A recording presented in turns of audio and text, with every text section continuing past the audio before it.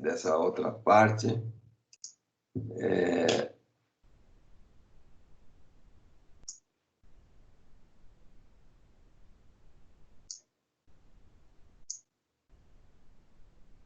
Então, vamos lá.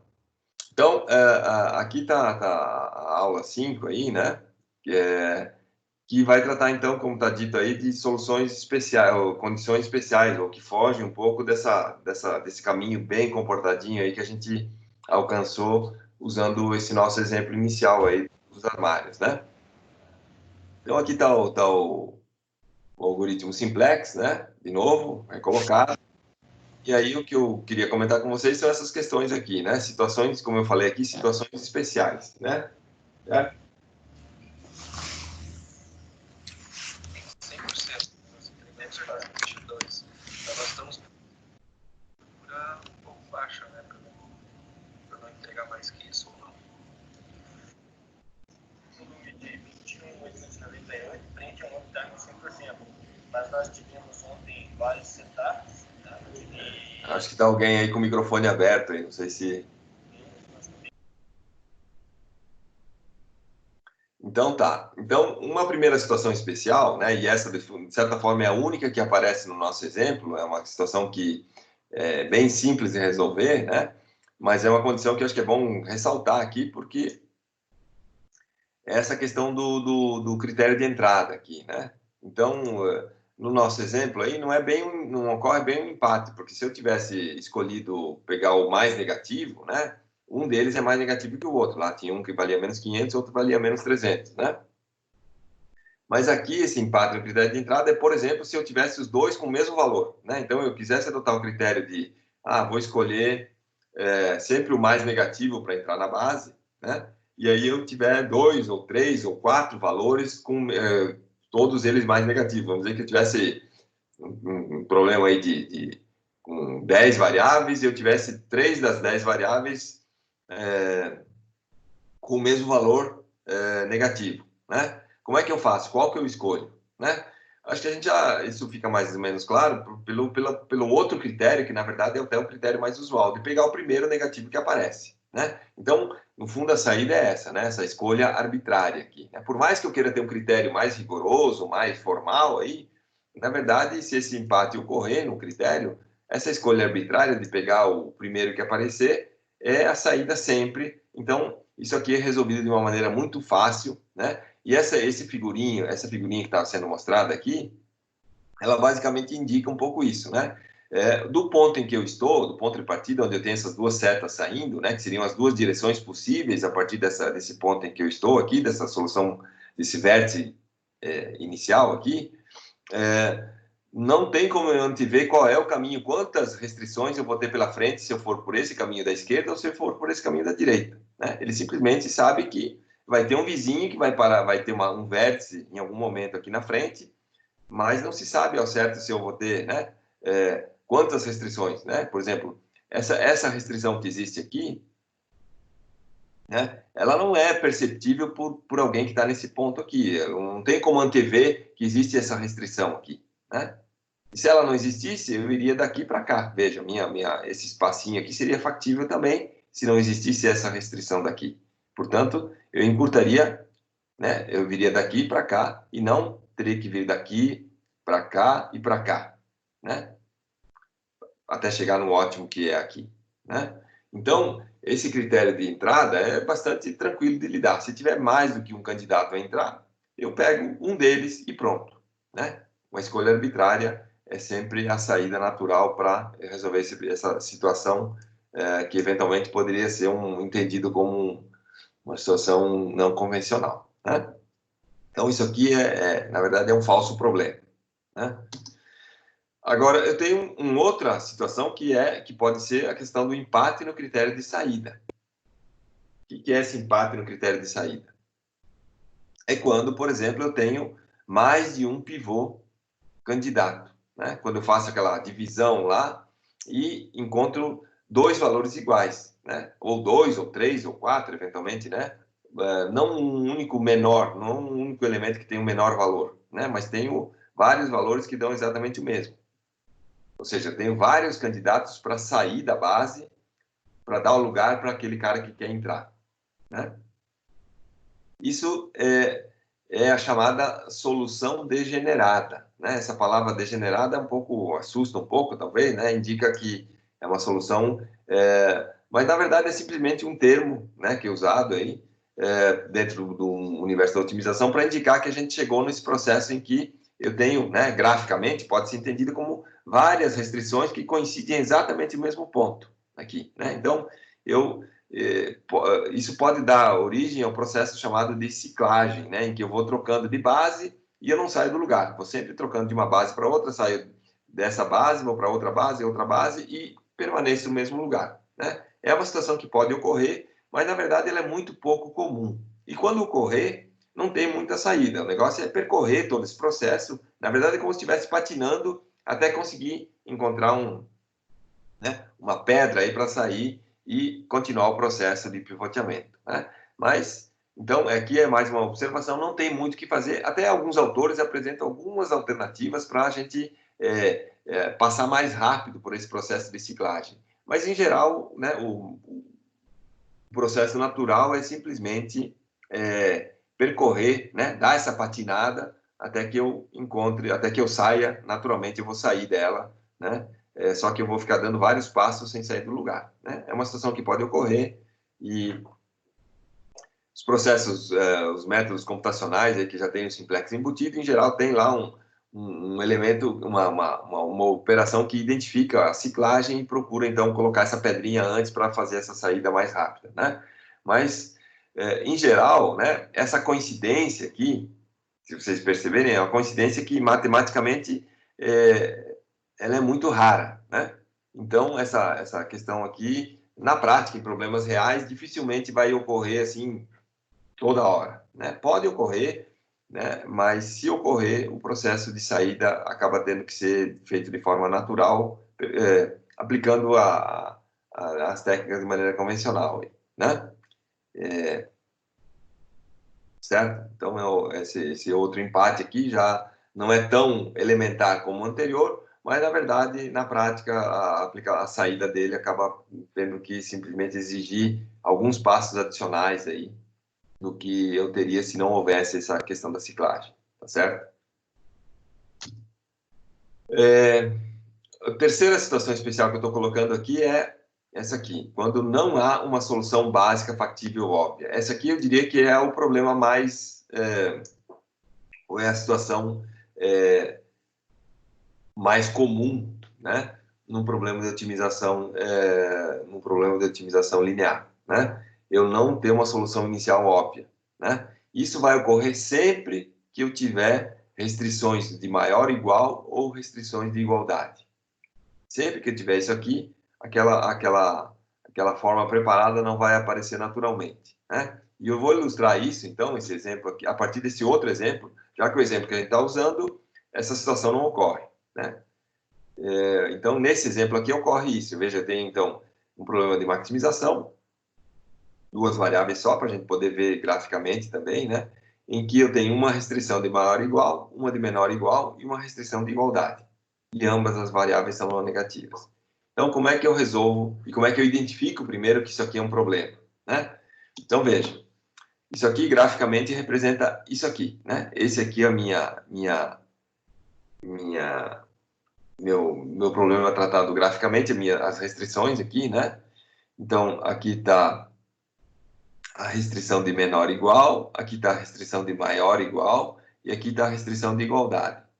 Portanto, veja que meu espaço factível é simplesmente essa reta aqui, esse segmento de reta aqui, né? Tá um pouquinho mais, tem uma corzinha um pouquinho diferente aqui, mas essa aqui é o meu espaço factível, né? É simplesmente esse segmento de reta, porque aqui tem uma restrição de igualdade, né? Então, vamos ver o que acontece quando eu monto o tabuleiro inicial disso aqui, desse problema aqui, né? Aqui está o meu ótimo, estou indicando aqui a solução ótima, aqui está o gradiente da função objetivo, aqui está o ótimo. E aí, ó, quando eu monto o tabuleiro inicial, o que acontece? Né? Primeiro, então, vamos lá. Está aqui meu problema, aqui está a forma preparada dele, né? Então, na forma preparada, eu coloco tudo, transformo em minimização e e as restrições todas de igualdade. Então, para transformar isso aqui, essa restrição de maior ou igual numa igualdade, eu vou subtrair uma variável que eu estou chamando de S1. Então, x1 mais x2 menos S1 igual a 2. Né? A outra, que é de menor ou igual, eu acrescento uma variável de folga, x2 mais S2 igual a 3. E nessa aqui, que é de igualdade, teoricamente não precisaria fazer nada, porque ela já é de igualdade, então menos x2 mais x2, menos x1 mais x2 igual a 1. Né? E aí, as duas variáveis, a de excesso e a de folga, maiores ou iguais a zero também, né? Como sempre eu tenho que fazer. Aí, quando eu monto o tablô, veja, está na forma padrão aqui já, né? Aí eu monto o tablô dessa forma padrão, o que acontece? Eu não consigo identificar uma identidade aqui, né? Não existe não tem como ler nenhuma solução. Qual é a solução desse tablô aqui? Não dá para ler, porque não tem forma, ele não está na forma preparada e eu não consigo, portanto, indicar que esses 2, esse 3 e esse 1 correspondam ao valor de alguma dessas variáveis. Não dá para falar, né? Aqui, a única que está mais ou menos bem comportada é essa coluna aqui, né? Onde aqui está zero e aqui está na forma de uma coluna do tipo identidade. Mas nenhuma das outras está. Veja, aqui era para ser 1 positivo, está 1 negativo. Aqui tá, não tem, todos eles são 1, né? Não tem os zeros aqui. Aqui também, né? Então, eu não posso identificar uma solução inicial factível aqui desse problema. Veja que é um problema extremamente simples, né? Mas, montando via Tableau Simplex, eu não consigo identificar uma solução inicial factível para poder iniciar o processo, certo? Então, como eu falei aqui, como eu adiantei, isso vai ocorrer sempre que tiverem restrições de maior igual ou de igual, né? Porque isso aí limita, veja, aquela solução inicial factível, óbvia, né, de partida, é aquela em que eu tenho esse ponto 00 aqui como ponto de partida, né? E aqui esse nosso ponto 00 é um ponto infactível. Por isso que ele não é uma solução possível para esse problema e não é um ponto de partida possível, né? A solução 00 não é uma solução possível, não é uma solução factível, tá certo? E isso acontece porque eu tenho essa restrição aqui e porque eu tenho essa restrição aqui, né? Elas ambas impedem que eu tenha o ponto 00 como um ponto factível e, portanto, eu tenho que... Como é que eu faço daí? A questão é essa. Bom, e daí como fazer, né? Via Tableau Simplex, né? Para resolver graficamente, está aqui, é muito simples. Mas temos que lembrar que isso aqui pode ocorrer em problemas de maior dimensão, onde a visualização gráfica é impossível e, portanto, não tem como recorrer a traçar os gráficos, né? Então, aqui, nessa situação, embora a gente saiba a solução, né, e qual é o problema, a gente, pelo modo simplex, pela aplicação da abordagem simplex, eu não tenho como sair daqui, certo? Então, o que eu vou fazer? O que é a solução atribuída e definida lá pelo Dancing para, né, que o método simplex pressupõe para eu poder partir, poder resolver usando essa mesma lógica. Então, a solução indicada aqui é a tal da solução a partir do acréscimo de novas variáveis ao problema, criando agora o chamado problema artificial, né? Então, isso vai ser feito, então, para cada restrição de maior ou igual e para cada restrição de igualdade, eu vou acrescentar uma nova variável, que é a chamada variável artificial, certo? Então, eu estou chamando de A aqui nesse momento, colocando em azul, né? Para chamar a atenção, então, de que aqui é uma variável que vai modificar o problema, mas é a alternativa que eu tenho para poder encontrar a forma padrão. Então, aqui, ó, né, eu acrescentei essa primeira restrição aqui, era uma restrição de maior ou igual, eu, né, coloquei ela na forma padrão, mas acrescentei uma variável artificial. Essa aqui era uma restrição de igualdade, eu também acrescentei uma restrição, uma variável artificial nova. Então, além das duas variáveis, a de folga e a de excesso, eu tenho agora mais duas novas variáveis, que são variáveis artificiais, e que, portanto, modificam o meu problema. Mas qual é a vantagem? O que eu ganho com isso? Eu ganho que agora eu constituí a forma preparada. Veja, está aqui a forma preparada, né? Eu acrescentei essas duas variáveis, ou seja, essas duas colunas entraram no problema, e agora eu tenho aqui a forma preparada bem bonitinha. Qual é o problema disso? O problema é que agora eu tenho um problema diferente, tem um novo problema, né? Porque, ao contrário dessas variáveis de folga, aqui eu modifiquei. Veja, essa variável, essa restrição aqui, por exemplo, acho que fica mais claro olhar para cá, né? É uma restrição diferente, né? Menos x2 mais menos x1 mais x2 igual a 1 é diferente de menos x1 mais x2 mais uma outra variável igual a 1, né? Só tem uma situação em que essa restrição vai continuar igual à restrição anterior. Qual é essa situação? É quando esse A3 for zero. Se esse A3 for zero, essa restrição continua sendo idêntica à anterior. Mas se A3 tiver qualquer valor maior do que zero, né? Porque como está dito aqui, esse A3 tem que ser maior ou igual a zero, qualquer valor diferente de zero, eu tenho um problema que vai ser, vou ter uma solução de um problema que é diferente do problema original, certo? O mesmo vale para o A2, para o A1 aqui, né? Então, esse A1 também. Se A1 for zero, esse problema continua sendo o problema original. Se o A1 for maior que zero, eu tenho um problema diferente do problema original e vou estar resolvendo um outro problema. Então, para sair dessa arapuca aqui, né? Opa, resolvi aqui o problema de ter a forma preparada, mas estou tendo um problema diferente do problema original, é que existe, então, um processo de resolução do método simplex em duas etapas, em duas fases. A chamada fase 1, que é justamente a fase em que eu vou querer eliminar ou anular o valor das variáveis artificiais, tanto de A1 quanto A3, e depois disso eu tenho a fase 2, que é a fase do problema de fato, né? Certo? Então, vamos lá.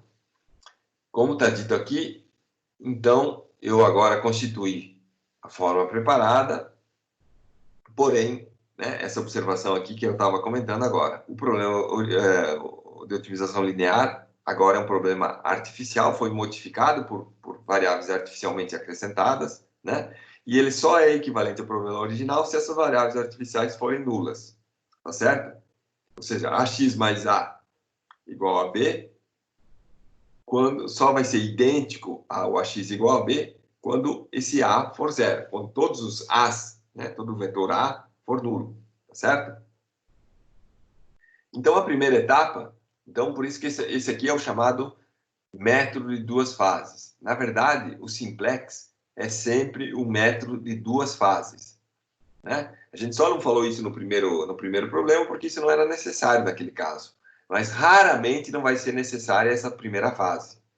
Um problema de maior porte, um problema real, em geral, a solução inicial factível não vai estar presente, aquela solução lá, né? Então, em geral, eu vou ter que iniciar sempre o processo a partir desse método das duas fases. Ou seja, primeiro eu resolver a chamada fase 1.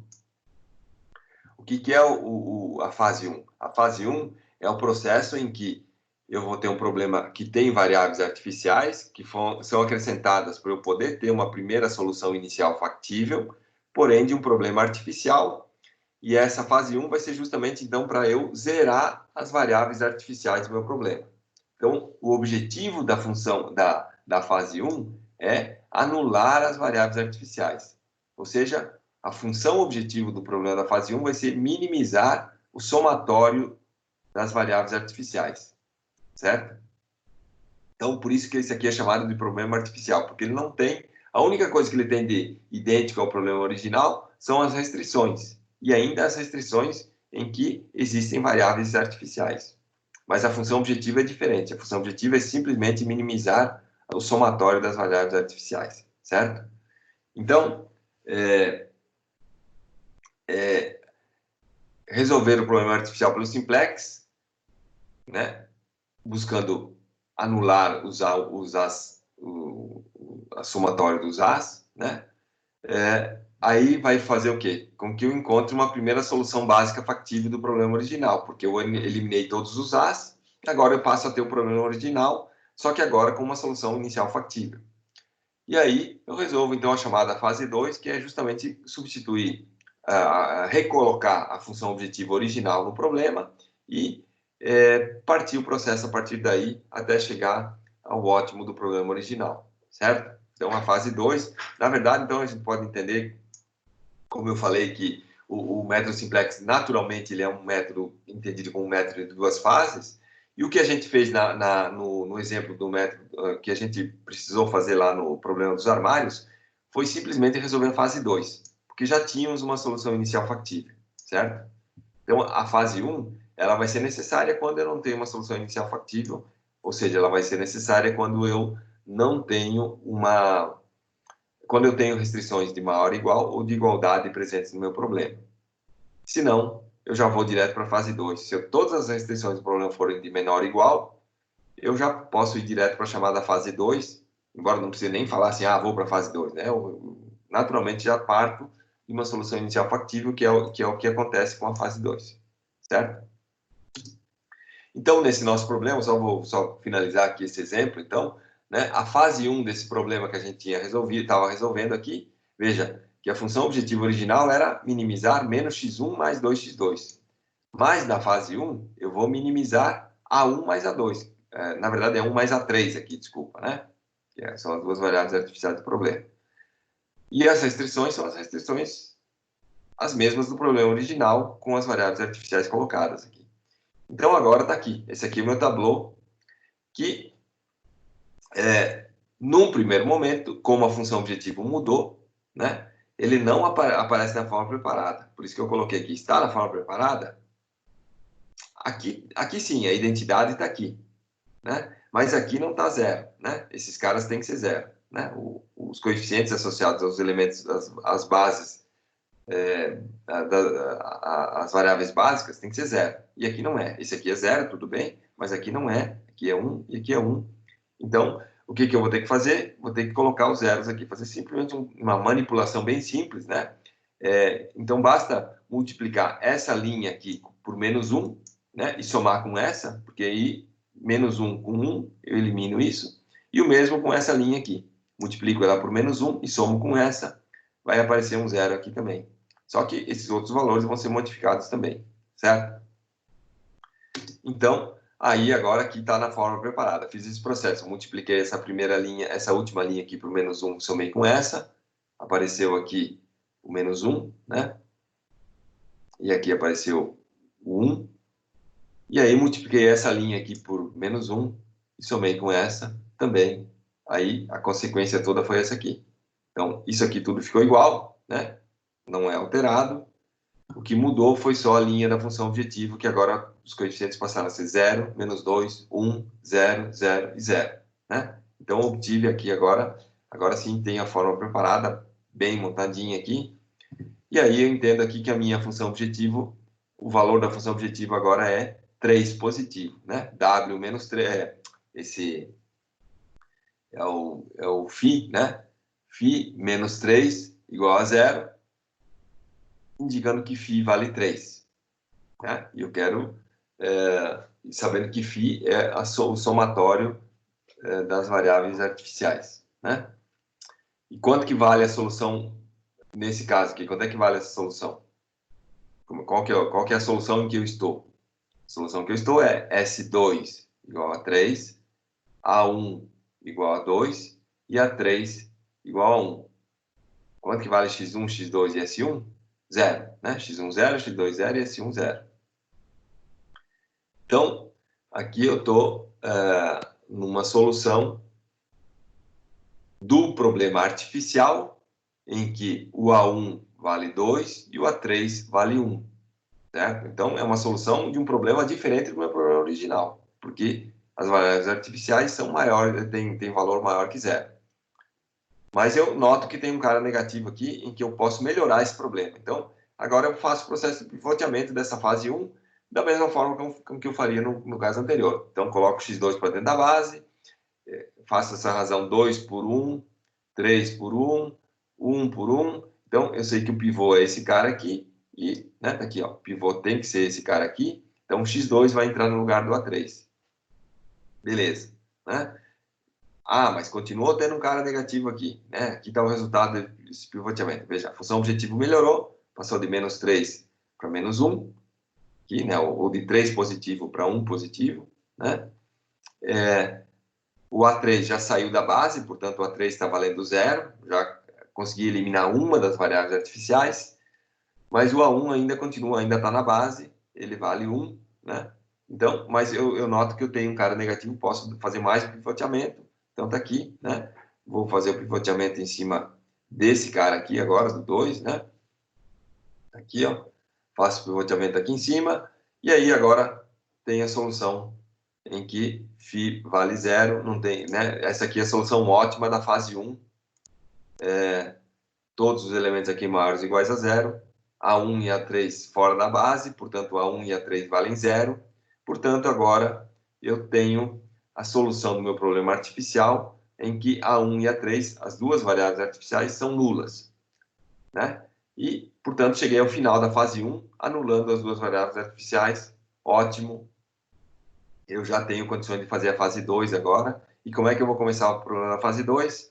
Eliminando as duas variáveis artificiais do problema, já que elas valem 0. Então, eu posso eliminar, tirar essa coluna do problema e recompor o meu problema original só com as colunas relativas às variáveis anteriores, x1, x2, s1 e s2, certo? E mantenho, obviamente, esse mesmo cara aqui, já que a1 e a3 valem 0, posso tirar do problema sem complicar ou sem ter nenhuma comprometimento no meu problema, né? Sem comprometer o meu problema, né?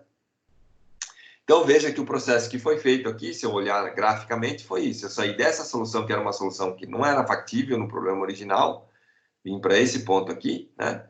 Em que aqui o x2 é 1, né? E o x1 é 0, tá aqui, ó. Essa solução aqui, que é a solução intermediária, que é esse ponto aqui, é exatamente essa, né? x1 é não básico, vale 0, e o x2 vale 1, né?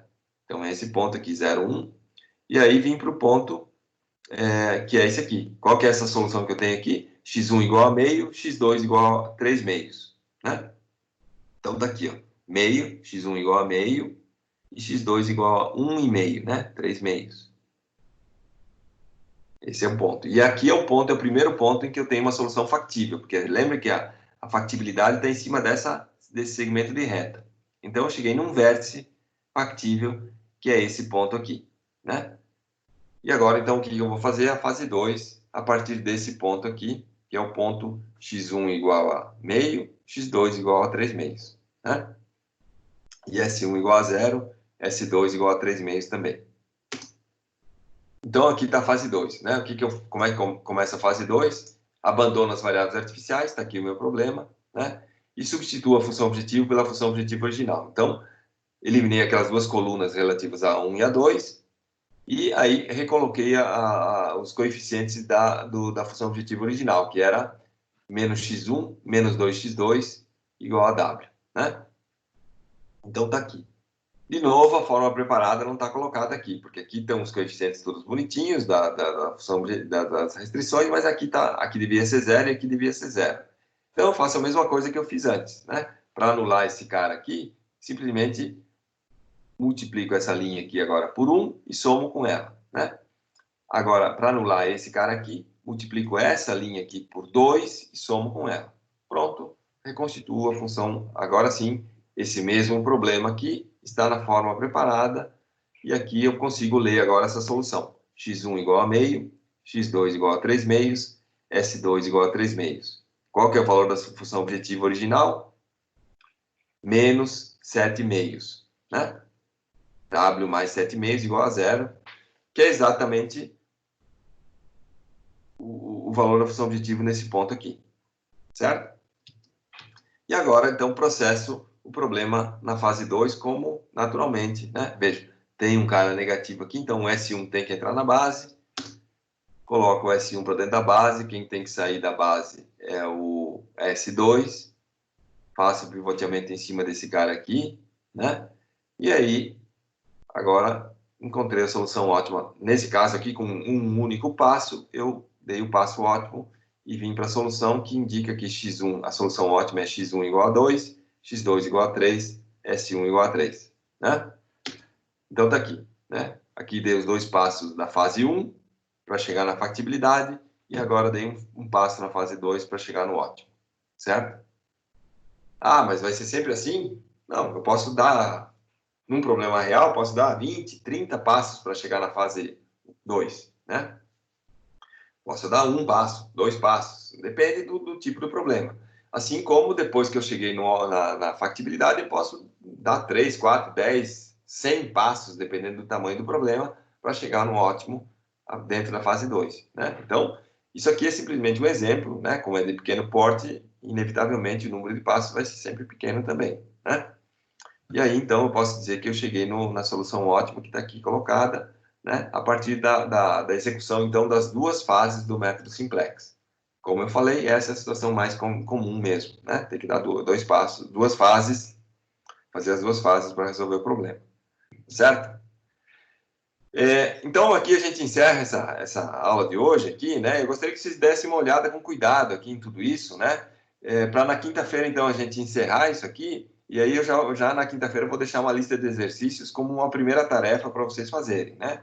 Então, para as coisas não se acumularem muito, eu gostaria que vocês revissem tudo isso, dessem uma olhada nesses slides, consultassem aí, quem conseguir consultar a bibliografia, né?